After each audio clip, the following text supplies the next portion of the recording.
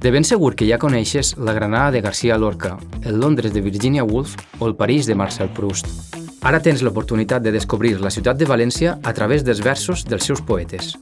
Coneix el cap i casal amb un punt de vista nou i diferent, poètic i literari, autèntic i saludable.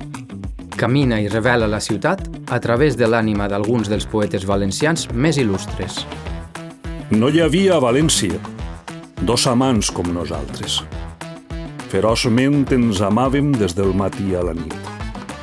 I és de veres que a València hi ha tot de racons per estimar-se. Retornaran a mi en silenci, fidels al sexe que em donaren, al ganxet i a tot el vell einam que em defineix.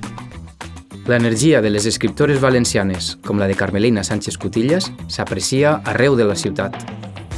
Que al lloc que ocupa podrien aparcar 20 cotxes més, que és la casa on s'arreceren centenars de bruts ocells que ningú recordaria, si no fos perquè viu ell. Una passejada que va trescant espais poc coneguts però encantadors i singulars, font d'inspiració, anècdotes i curiositats. Una ruta que et permetrà aprofitar cada racó de València d'una manera única, en companyia dels seus autors.